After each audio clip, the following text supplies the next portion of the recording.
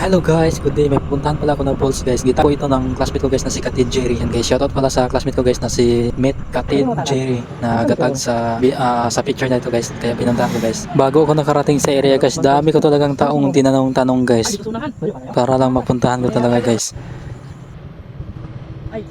Sobrang dami na talaga to guys. Yung iba hindi ko na-include sa video na to guys.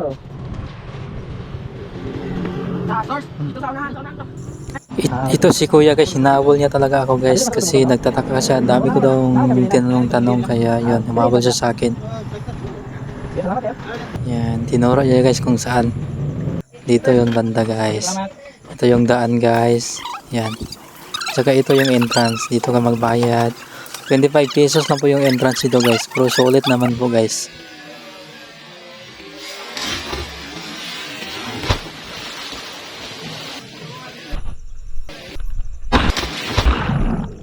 Yan guys, ang ganda talaga ng tubig to guys. Oh, ang ganda guys na. Ganda ng tubig guys oh. Crystal yung tubig guys. Yan, ang ganda guys no. Sarap baligo talaga ito guys. Yan. Oh, crystal yung tubig guys, napakaganda talaga guys. Recommendable talaga tong falls na to guys. Sa entrance yun na 25 pesos. Kung kukuha kayo ng cottage guys, additional 500 pesos po.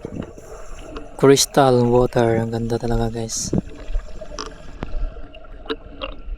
Yan, ang ganda ng tubig guys no.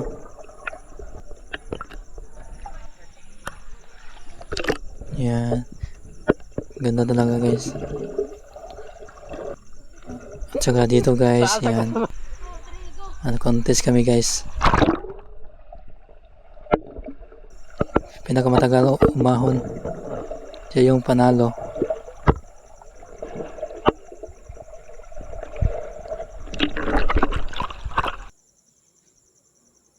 Yan, picture man ako doon sa tubig guys, ilalim. Ang ganda talaga dito guys. Medyo maginaw lang po guys kasi sa gitna kasi ito ng kagubatan. Apo po yan sa kapitbahay ko guys, si Auntie Dina Narciso.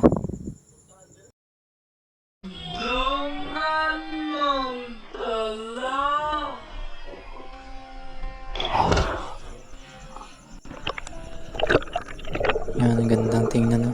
Yan guys.